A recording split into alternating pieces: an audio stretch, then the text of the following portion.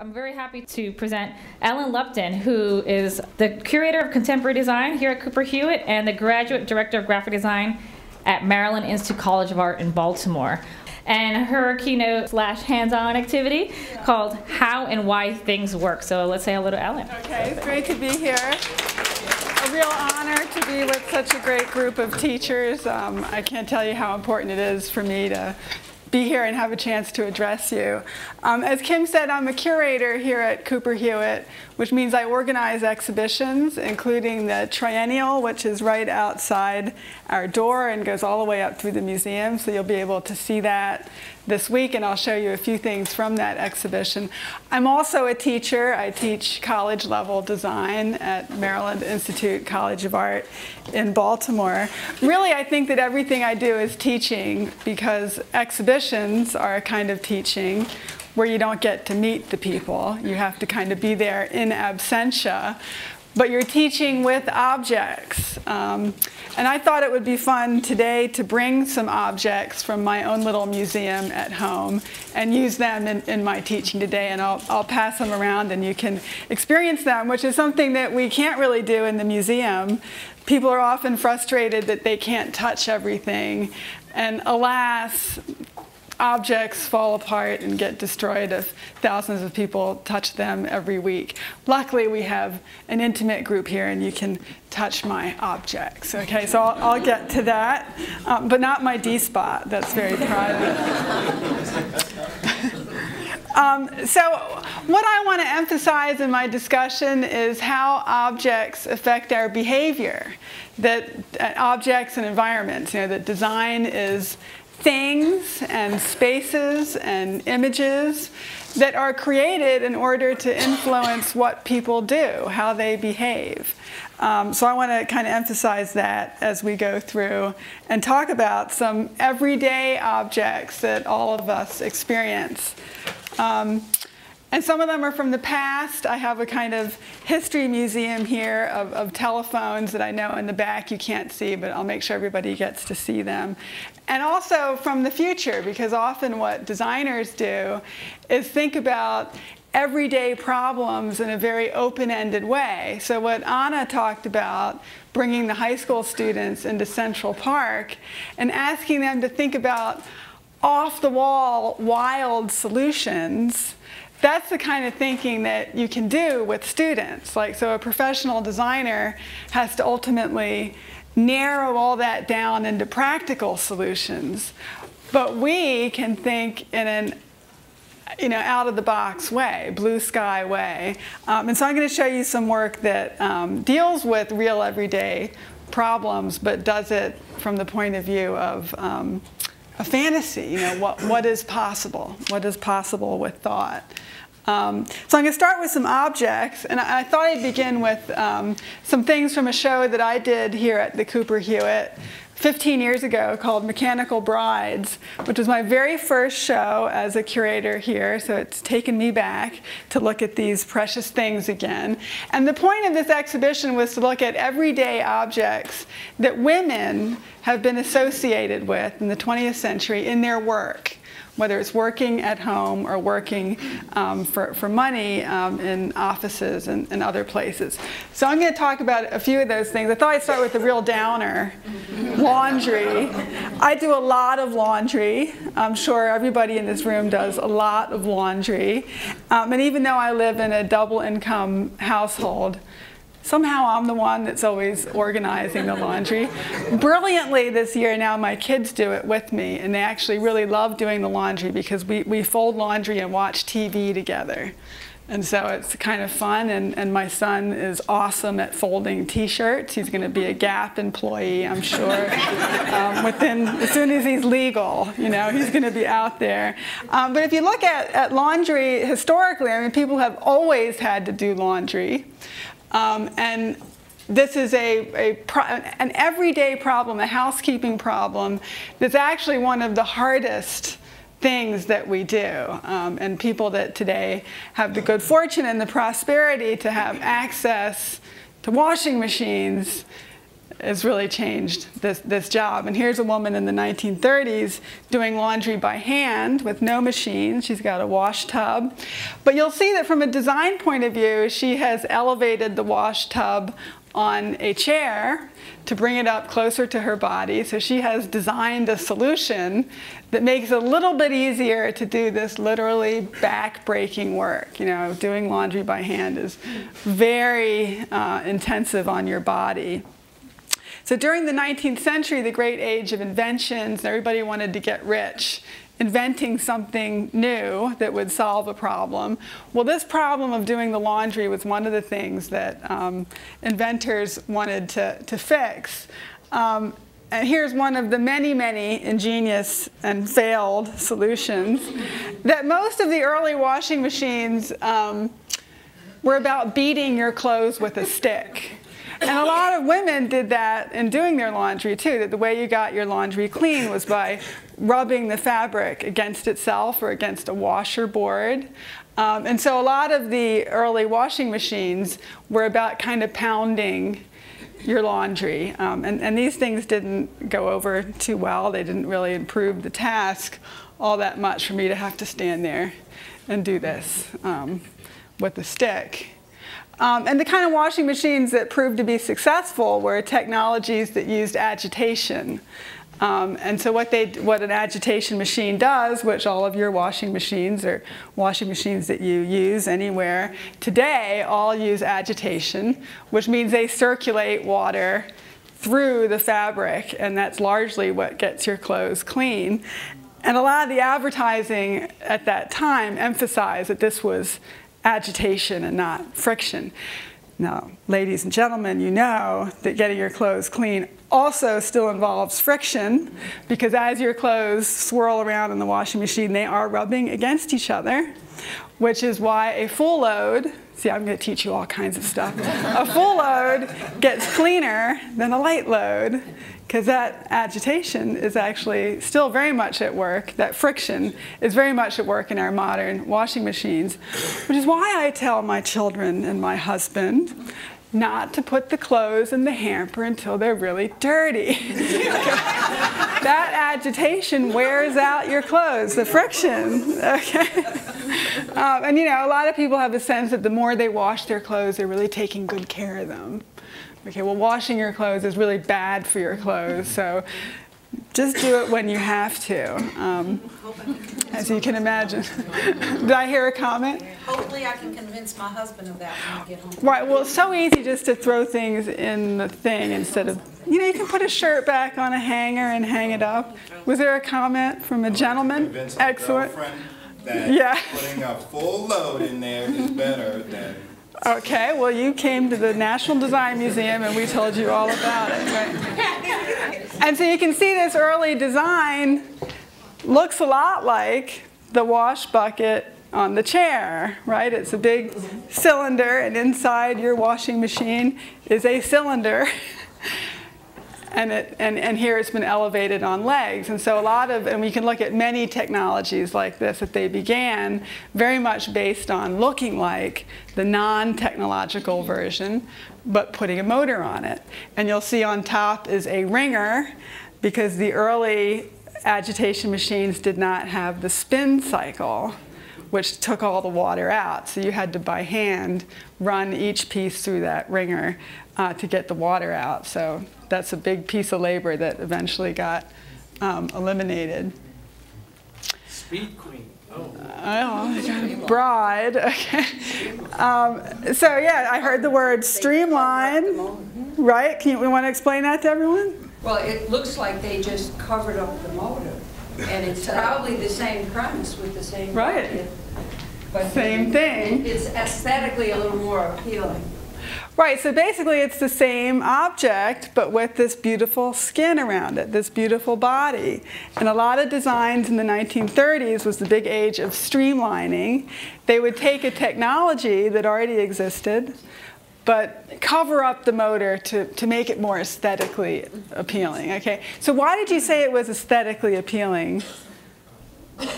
Why does that look better to you? You don't see the motor. You don't see all of those internals. Obviously, I don't know what that thing is in the front. Probably It matches. looks like a thermostat or a control. Yeah, it's probably a control for the temperature. Probably match it. What's cleaner look? It's yeah. Cleaner looking. Okay, and is it cleaner in any other way? It looks cleaner. I see.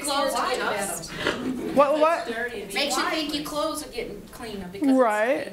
It's easier to keep clean because you don't It- have all those surfaces. Okay, so not only does it look cleaner, but it actually is cleaner, because if I want to go and wash this, wipe it down, I don't have all this cracks and things covering each other, and the motor going to collect dust and grease. And ever look behind your refrigerator? Don't. Okay. Not good. Okay. And put it in Okay, here's some women in the 1930s using an electric agitation washing machine in a shared washing facility. And they're filling it up with a pail of water because it's not hooked up to the plumbing. So they're in a place that has plumbing because you can see the sinks and the pipes behind them. But the machine is not fully operative. And, you know, people make do. Okay, I'm sure you guys in your life and living through a storm like that, there's a lot of things you probably learned to use differently than you had used before, and certainly using them differently than they had been intended by the designer. Now this is what really became the norm, was getting rid of the legs and putting the drum inside of a cube. Okay, this is a front-loading washing machine, so the drum is in that orientation. Of course, most of them now are in this orientation. So you have this round thing inside a square. Designers love doing that. Okay, so this takes streamlining like one step further, because they didn't want to just cover the motor but get rid of the legs and create this very clean cubic object that would look like a lot of other appliances in the 30s lost their legs too. They had stoves and refrigerators, all that stuff had legs. But in the 30s, the designers made them cubic. Here's an ad. It's wonderful how my Bendix does all the work of washing. And we see her sitting there on a pretty little stool. She's got her apron on, and she's watching her washing machine do all that work. Okay. And so here's one of the things about, you know, these technologies were promoted to women as revolutionizing their lives, which they did, because laundry was backbreaking work. But what the machine didn't change was who was doing the laundry. Okay? All right, we don't see a guy in an apron watching the magical machine, right? And so there she is, and here, of course, it's celebrating her passively. You know, we don't see her loading the machine or folding the laundry or sorting the laundry. You know, we all know that doing laundry, even with our wonderful technology, still does take a little bit of human effort. And I try to share that in my family. But I am the manager, of course, of the laundry system, even in my very enlightened household. And here we learn, you know, that she has so much time that she's saved that she can use that time to serve, right? So she's still got her apron. And this appealed a lot to women's sense of duty, you know, that these machines were going to help them be better at what they were doing. It wasn't going to be so they could go play cards or, you know, more work, right? So here she is, freed up to serve her family the breakfast that before, I don't know, maybe they had to get it themselves. I mean, can you imagine? They had to get their own pastries or pour their own coffee, but now she has all this time. And even if you go back to, you know, the very earliest, you know, it's a woman doing the work. She's dressed. Yeah, she's very nice.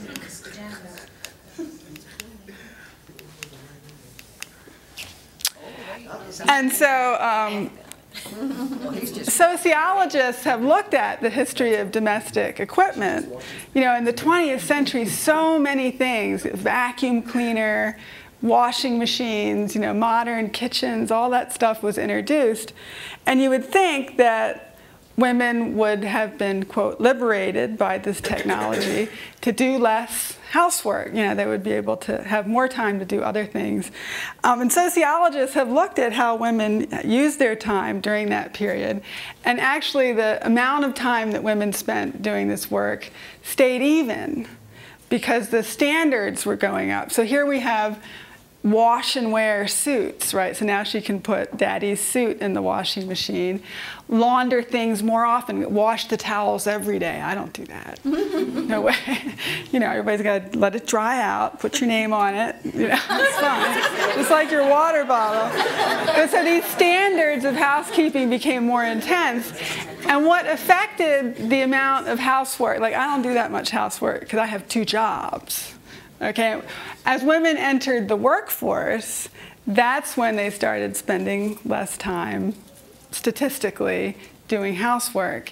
Houses got dirtier because they were still in charge, right? And maybe they got a little help from the mister, but if I have to ask 5 times, I'd rather just not do it. And so there's the thing about design. We think about design, is going to revolutionize our lives, but it's people. Right, and the big revolution in the mid to late 20th century was women going out to work. And that really changed their relationship to housework. Yes, sir. Birth control. That was big, too. She had 4 children. Well, that's another huge revolution.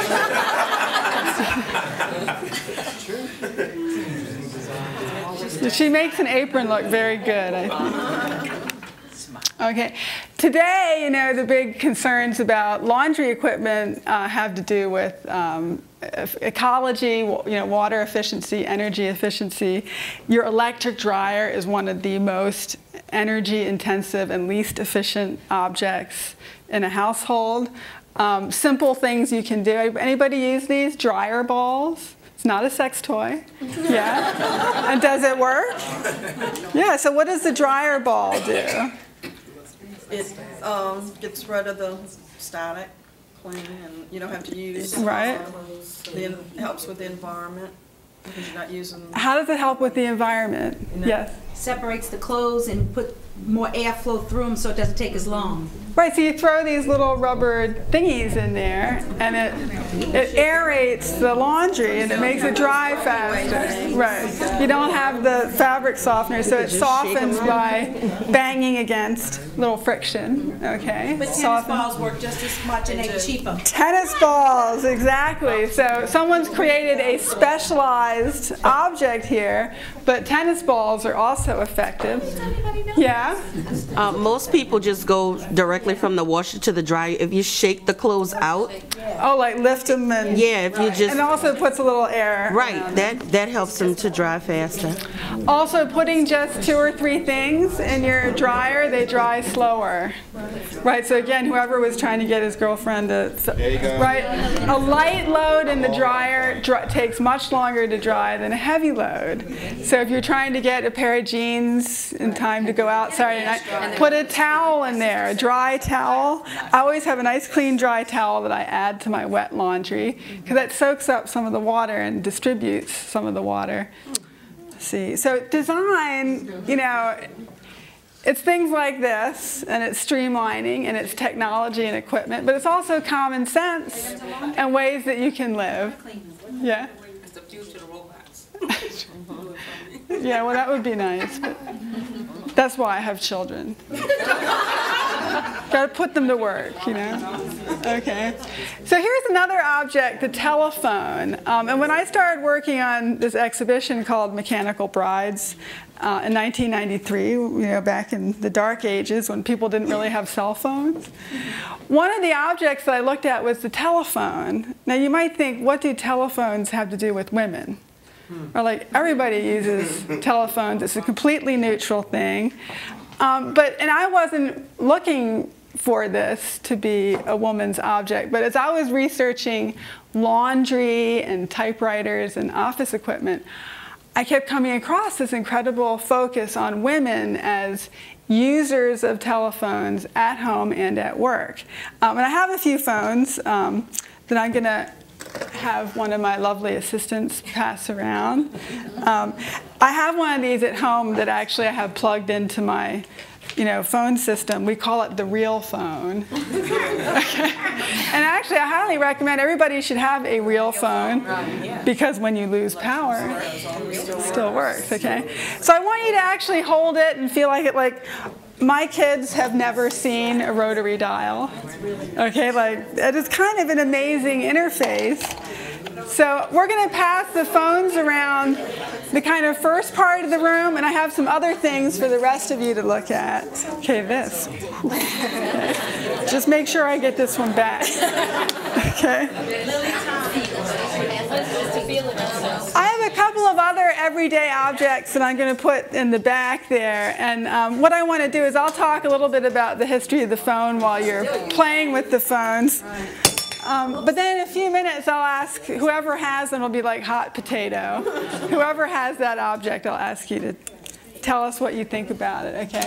So I've got some dish strainers, and I have some excellent can openers. Okay. Okay. So the telephone, it turns out that from almost the beginning of telephone service, AT&T created telephone service. From almost the very beginning, telephone operators were all women. And this continued. Someone's mother was a Yep, my mother. It was a major profession, and AT&T had an expression, the voice with a smile. Isn't that great? Okay, and they tried having young boys do it, but they were considered too rude and impatient.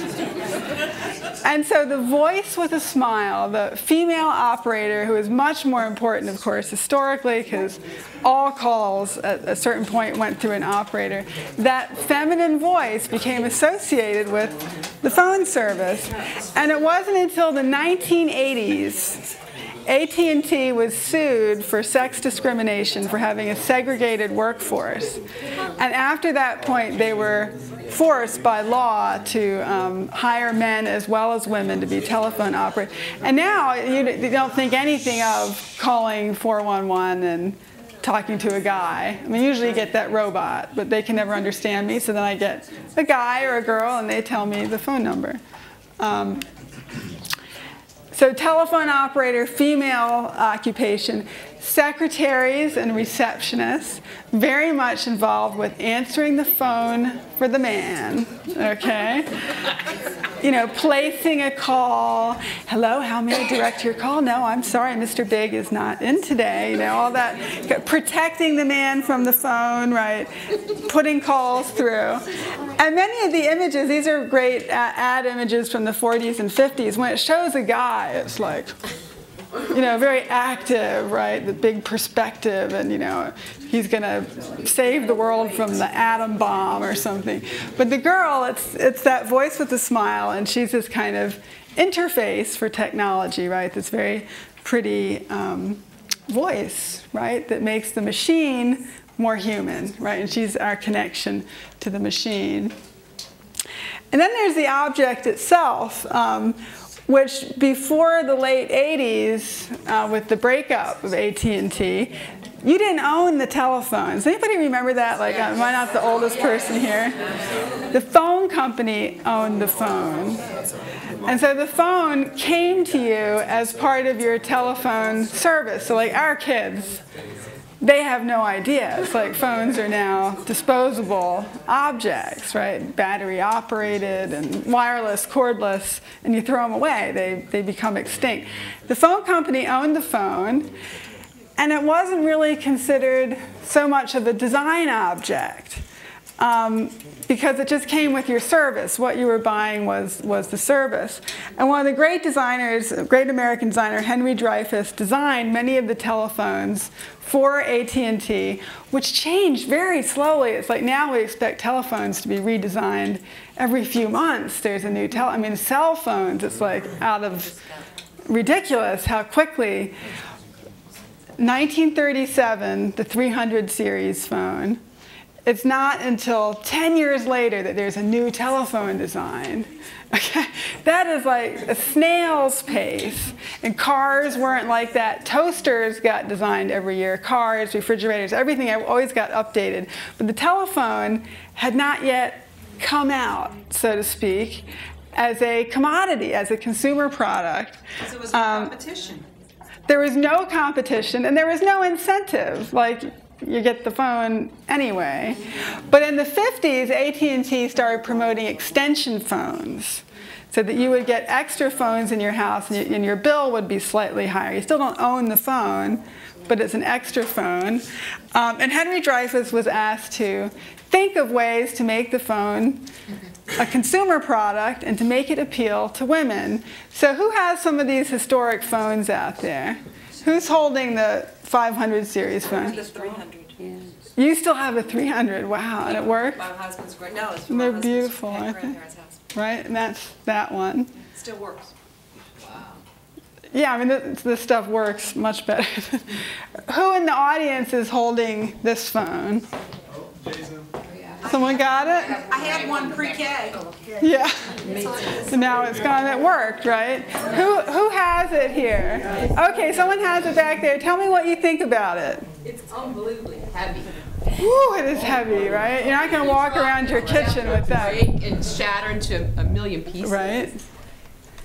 And if you look at the design of that and compare it to this, you know, this is evolution here, right? So the same designer, but he started with this and turned it into that. What does it say? Like, what are the differences? And you guys can look at the picture and more streamlined. And what looks streamlined about it? How is that? Curves, okay. Simpler form, right? Less articulation. Right, eliminating the angles, yes. What did he do between 1937 and 1949? A lot of laundry. He did the laundry. He designed a lot of other things. He was a consultant for AT&T. And he designed a lot of equipment that was used by the telephone operators, but he did vacuum cleaners. And, yes? Weren't the dials on the old ones metal and on the newer ones they were plastic? Yeah. Someone could verify that. I forget what material it is. Plastic. This is plastic. Plastic, and it's clear plastic, right, which gives more visibility. Right.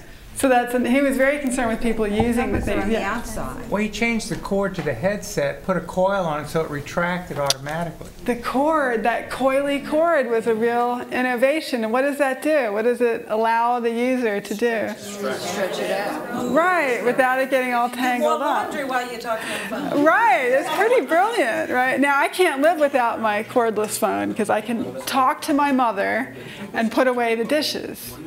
You know, multitasking. Well, it's hard to do that with that kind of phone. Who has the Princess phone?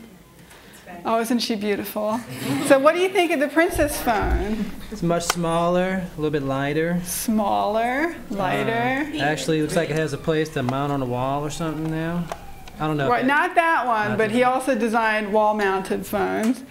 And it's called the Princess. It's very feminine. Feminine. And what makes it feminine? The color, the petite, right? Sort of the reclining nude, right? Decorative item. Decorative item, right. There's a comment back there? Well, I was telling the row when we were passing it through a couple weeks ago, I saw in an antique store about $200 for one of those. Yeah, it's a collector's item now. I didn't pay that much for mine. Good for you. Yeah. Well, the Princess phone was specifically marketed to women. So we're teenage girls, a new market in the 50s. Okay, the idea that teenage girls have their own income and need their own stuff. They have their own rooms, and so this was an extension for the teenager's room. It lights up, so the light bulb doesn't work on mine, but when you lift it up, it lights up, so it's a nighttime bedroom phone. And it was considered a kind of safety thing for women to have a phone near their bed, just in case, you know, Hitchcock calls or something. And the slogan there, it's little, it's lovely, it lights. Okay, very feminine. The early models were actually lighter than the one that I'm passing around, and they were so light you'd answer the phone and the whole thing would fall off the table. So that this one is a little bit later and it's heavier, but it functions better, and those kind of changes designers do in response to how they actually get used. Okay. And who's got their hands on this lovely thing? Yes, yes. You were just saying, well, I love it. I just like the way it looks. And you're just getting started. As someone pointed out. But it's, we were just talking about it's heavy, and it's probably because they didn't want the girls to talk very long. So, they couldn't keep their arm up the whole time. But it's efficient. It's all one piece. It stands. That's really nice. Right. One piece, which was revolutionary. Now we're used to one-piece phones, but the idea that the dials on the bottom, and then you talk into the head. To hang it up, it just sits down on that little red. Yeah, and that hangs it up. Yeah. So this is really inventive, right? It's taking it this is from Sweden, and people in the States could buy it and plug it into their wall. In Sweden, they invented the smorgasbord and sex ed and things like that. Is it the same company that makes the cell phones now, Eric? Yes. Mm-hmm. Right, so big innovators to this day. Okay. And so the idea that, women talk a lot, well, we do. This was like a big joke, and that women wanted to talk on the phone, and so things like this were making fun of that propensity. And again, comparing us to this kind of talking technology. And there's a woman enjoying her coffee break.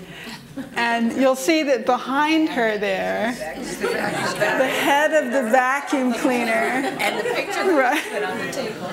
Right, maybe she's even talking to him, or some other guy. Watching, make sure she don't spend too much time without that phone. Right. And so these things were, promoted to women, that having that extra extension in a pretty color would make your life more fun, but not distract you too much from your duties. Okay. So thinking about the telephone and how much it's changed, I won't go into detail here, but the telephone is completely changed in its social function as well as in its design. The way our students use it for text messaging and is kind of amazing. And now with the iPhone coming out, it's going to be a music system, video, photographs. What will it be next? The telephone now worldwide, mobile phones, are the primary way that most people access the internet. So in China and India and Africa, people don't have a laptop. They're going online on a cell phone. And that's like a totally different world and a new future for the telephone. How am I doing for time? I'm okay? Okay. So toasters, an appliance that has not always existed. Okay, so unlike laundry, everybody always had to do laundry. Toast is kind of a thing, right? Like a particular need. And here's like a kind of study in functionality, right? Like a toaster like this, that is a one-function appliance, right? So I can use my stove to do a lot of things. My microwave, I use that to do a lot of things. But the toaster, it only makes toast, okay? Which is one reason I tried to decide, could I live without it? Because I have a very small kitchen and this toaster annoys me. But it really makes good toast. Well, now here's an object that does two things. It makes toast and eggs. Now I'm curious if you guys think that that is a cool thing. So in a way it's more useful, but who's really going to poach an egg? Right, so that's kind of like over the top, right? So if we think about objects having more than one function, and the cell phone, right, being this new thing that's becoming a computer, a camera, a typewriter, as well as a voice system.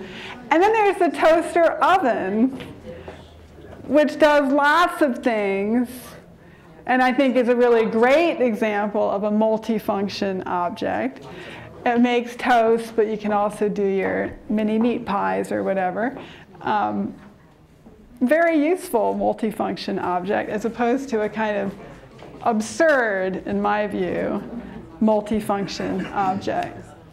So we got some can openers moving around there. Anybody have these objects? Everybody get a chance to touch them? So what do you make of that? Someone want to compare the two objects? Well, this one is just really easy to grip and to handle. It's sturdy. It's kind of heavy. What makes it easy to grip? Yeah, I think the size of it, the handles also are kind of a material that is softer, or your hand is, it's not slick. But it feels good in your hand. It does. It does. So functionally, it's the same. It's the same technology, right? You get that little knife thing and bang it through the. What? No bonds on it, like the old one. Oh, right. This one actually has another function. All right. We don't have that double function. Good. So something was lost. Yes? Also, if you have a really stout can, you can put a piece of metal or a spoon handle in the holes of the earlier one and twist it to get more torque. Right. All right. So there's some function lost in creating this more comfortable object. The newer one is created by Good Grips, and they have OXO Good Grip series. They have a whole series of these objects which feel good in your hand, including a potato peeler. And I would never peel potatoes until I got that Good Grips one. And now I just love peeling potatoes. You know, I'd make my mashed potatoes with all the skin in it, like, ugh. So it feels better. You're more likely to do it. Now, it won't work for everyone. Here's an electric can opener. Everybody have an electric can opener? Is this an essential object? Nobody in the room? One person. So why do you have one? Convenience. So what makes it convenient? It's out on the counter. You don't have to. No, actually, I keep mine in the closet. It's compact. I just take it out when I need it. It opens up multiple cans right away, and then it just gets a little thing. Toss in the dishwasher, and it gets put back up. An electric can opener? Well, the top part. Oh, the top of it comes off. Okay. But most of you don't have an electric can opener, right? Not anymore. Not anymore. Okay, I know one person with an electric can opener is my mother. Because my mother, who's a really great, beautiful woman, was born with a deformed right hand. So she doesn't have full use of two hands.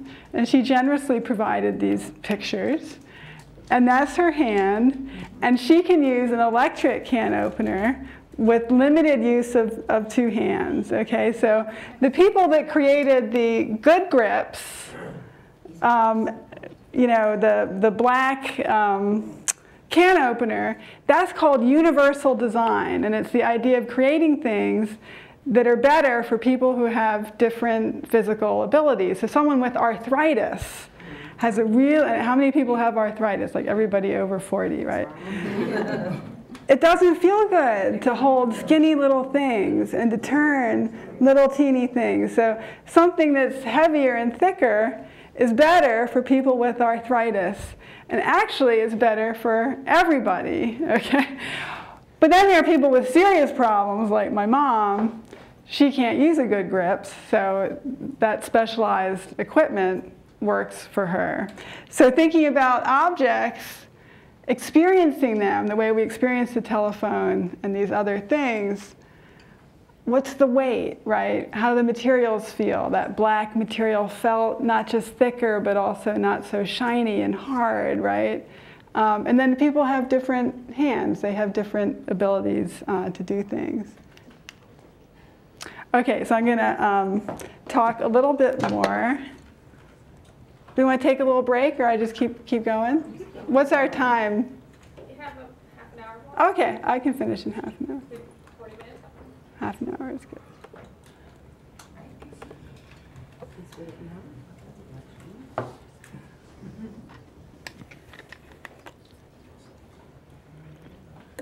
Okay, so I'm going to talk about environments a little bit.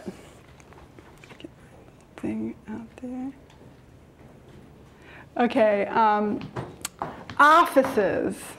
Obviously, your students don't work in offices typically, and you guys, maybe you have an office, or maybe you really work in the classroom. Anybody here ever work at Starbucks? Not making coffee, but yeah. And so what drew you to doing that? Socialization. Well, right. There are other people around. If you want to work with a partner, you're in a relaxed atmosphere. You can drink coffee or whatever. You can talk and communicate. They have internet hookups. So it's everything you need in a more social setting than in an office. Right, so it's become, Starbucks has become a kind of new office environment. Who else has worked in Starbucks? Anybody else with that experience? Or working alone, not necessarily with a partner? Like, I like to go and write in a cafe, and that's a very internal, cerebral thing. I'm not talking to anybody, and I don't want anyone talking to me. But I kind of like being in public. I like the buzz. I like writing on trains and airplanes and stuff because there's things going on and I'm not at my desk. So I can't be distracted by my email or making a phone call. I just got to do my work, And so this big office furniture company said, let's look at what people do at this kind of sociable atmosphere that they like to be in and create furniture. So this is some furniture systems that they're developing, creating these kind of informal conference areas. So instead of, if you want to go meet with a partner, work with a partner, instead of going out to Starbucks, you might go and sit in a really beautiful little semi-enclosed space, right? It's not like going into a room and shutting the door, but it's giving you some element of privacy. This is a design by a woman named Karen Chekurdajian, who is a Lebanese designer. And for a while, she had to live in a hotel in Beirut. She was living there. And she decided that she wanted to create a furniture piece that would allow her to do her work in the lobby of the hotel, but would create some element of separation. So she created this wonderful wicker chair that has a high back, which gives her a sense of protection from the back, like people like that, right? And it has a little area for her stuff. And it separates her just a little bit from that public environment. So thinking with your students about how they work, about your classroom, about where they go to do their homework, what kind of conditions. A lot of kids live in overcrowded dwellings, how do they get the privacy? What? Yeah, right. Exactly. Like, how do you achieve a level of privacy in such a situation? So this is a design competition that Target has been running this year that is now over. The deadline, I think, is this week. I know some people in the room have students who have entered this, but it's a great idea, redesign your school. Right, that's unlike redesigning your bedroom, which is nice, but as Anna said, it's very inward, very personal. Your school is a civic place. It's a public place that you share and participate in, and that students can really think, wow, what would make it a better place to learn? We all know that they can be, so. Thinking about living, places that we live, I know. Whose living room looks like this? Isn't that lovely? This is actually from the 19th century when the idea of the living room emerged in Western middle-class environments. The notion of a room where people would retreat and live together. They would not be eating or sleeping, but would be playing musical instruments and having sophisticated conversations. Yeah, what? I don't know where the furniture stops and the store. Right, well, it's this kind of total, we call this matchy-matchy design, right? This kind of total environment made possible by mass-printed textiles. In the 19th century, suddenly those things were more affordable. Here's a living room from the 50s where the big challenge became where do you put the TV? Right, and they were kind of delicate about it at first. It's like over towards the edge, you can't quite see it. Now, of course, it would be the most important thing in the room.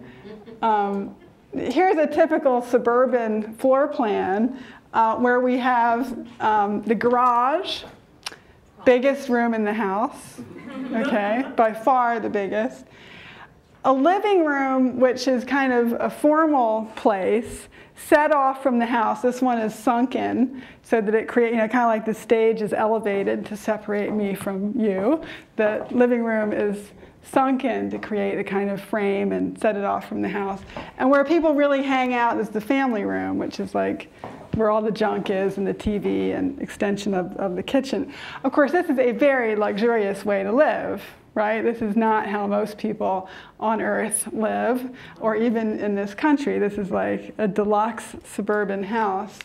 Out in the garden is our exhibition Design for the Other 90%, where designers are turning their attention to real emergency situations, to situations of extreme poverty, of ecological crisis, warfare, and so forth.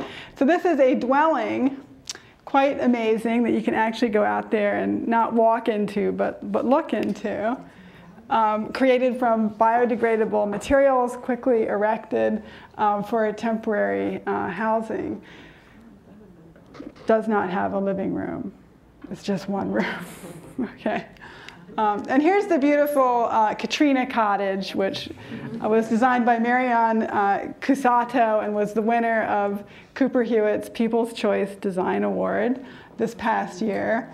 And what the designer set out to do was to create an alternative to FEMA housing. This house actually costs no more to build and maintain than a FEMA trailer. And it's a beautiful, cute little cottage that, although it's built as temporary housing, can be added onto and really become a permanent home. And if you take a little tour inside, it's using space in a very intensive way. There's storage under the bed. Anybody who's ever been in a New York apartment has already done this. And it has kind of a living room, okay? Just by using furniture, a place that's set apart inside the open space that sets aside a kind of formal living area. FEMA guys. That's in wondering. Chalmette. That's in Chalmette, where we. Oh yeah, okay. Yes, in a super Walmart parking lot. Got any darts? Wow. I know. Well, then here's like a government problem that FEMA is not in the business of creating permanent housing. So all they can do is provide the trailers because that's their mandate, right? So you need like more than just designers solving the problem. You need to change government and systems and so forth. Okay. Pretty intense. Next. Okay, so a lot of designers are looking at the idea of living with less, of creating more compact living units. And here are a few things that are what I call experimental in nature. This is a designer and artist named Alan Wexler.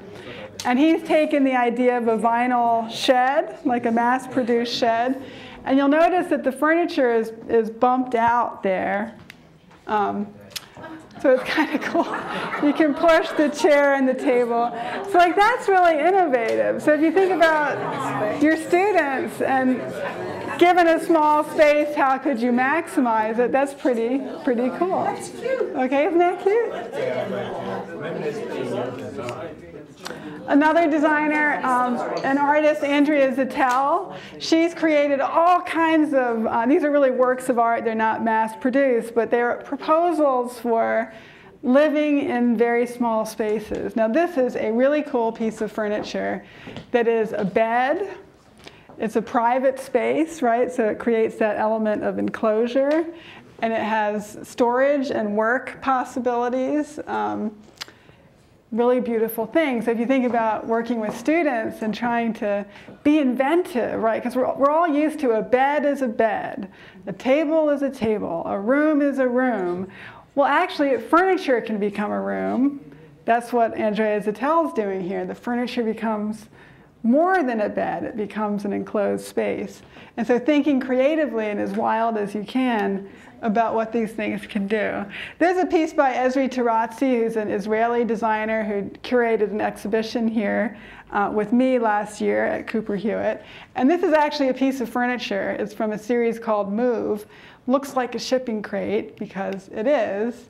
And you unpack the shipping crate, and it becomes the ottoman and the chair. And it's, you know, so thinking really economically, when you put it all together, the ottoman, of course, folds up, fits into the space of the chair, and the coffee table is the front of the crate. Okay, so that what can you do with less? What can you make very compact? And it speaks to living in a compact and mobile society. And this is a photograph he took in Israel. This is just from somebody's backyard. The people there are very efficient with materials. They don't throw things away. And so using, you know, shipping containers as shelving and bases for chairs and so forth. Very inventive. Madeleine Crasset is a French designer, and this is her portable sofa. So she's taking very inexpensive bags, which are used by people all over France, and filling them with foam so that they become the elements of a portable living room set. Okay, so just looking at everyday things and what you can do with them.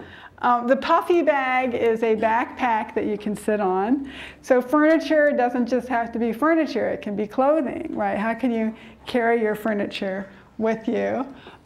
This is the same designer's idea for straps on your clothing that would help you to hold things or hold your body up.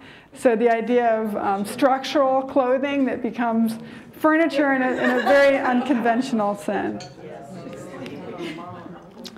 This is an idea that I hope nobody had to fly on this airline to get here from New York. An idea that some of the airlines are playing with is eliminating those nice, comfortable chairs with these leaners. Okay, that puts a different spin on economy class. Okay?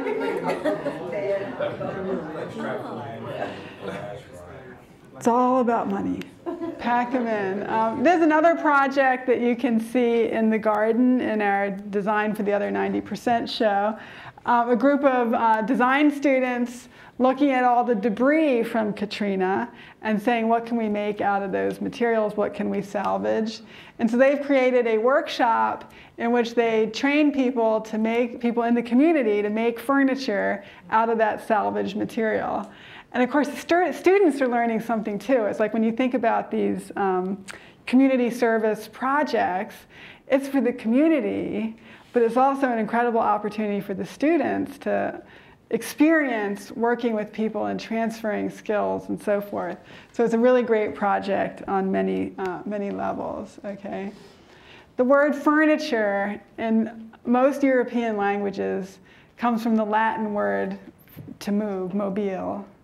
Furniture is in motion, and we tend to think of furniture as something very static and fixed, but in most languages it refers to mobility, and furniture is something that moves around.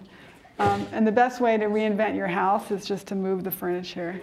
We do it all the time at my house. Okay, so think about all the possibilities for your students and yourselves in terms of reinventing your environment. Okay, so that's the end of my presentation.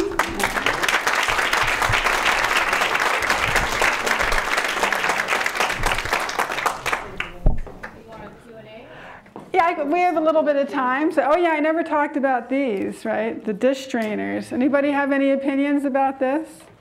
Everybody got to see them? Well, obviously the one with the little teapot was intended to be cute, so it was a cutesy thing with... They get very ugly after a while, though. I had those. You had? I had one set with dogs on it, one set with frogs on it. Where'd you It drains very well. So here, yeah, it doesn't drain as well. Okay, so here's something that essentially has the same function, but one of them has been cutesied up. It's sort of country kitchen, nice feminine thing, right? But it probably doesn't work as well, right? And then it gets depressing when it gets dirty, whereas this, it started depressing and will always be depressing. So sometimes design is like polishing whatever. I have a Yes. thing. The one in your right hand is so functional though. The ones that come with the garbage disposals, those black. Yeah, right. Mine's all they worn out. Flip. Yeah. They go in and then you can't get them out. Right. Use a butter knife or a spoon. Exactly. And it's who designed that, you know? It's ridiculous. All right, mine's all worn out. Like it just disappeared. Yeah. Do you have any influence over actual designers? Like, could somebody please invent a toilet that doesn't have all the curly clip? Because no man gets down with a toothbrush and cleans the sides of the toilet. No one. We need to streamline it and put color over it. Well, the streamlining does have a function in making things easier to clean. What? Have you seen that? A hat box toilet? It's perfectly, almost an elongated cylinder. No ridges, no nothing in the top. I'll look for that. It's That's like terrific. that Voss water bottle, right? The kind of perfect cylinder. Nice. Any questions? Anything anyone would like to bring up or? Your presentation was very interesting. Thank you. You're a great audience. Very lively. When I saw washing machines up there, Brian just said, come on. But it was good. It was really good. And I really think, actually, some of your PowerPoint would actually, our students would like it. You know, would see the difference, you know, just the evolution of different things and see that you don't have to totally create something new. To do something, you can just redesign. Right, you can and adapt it to what it is. Yeah. And some improvements are big and some are little. Very good. Okay, well, thank you very much. You're a great audience.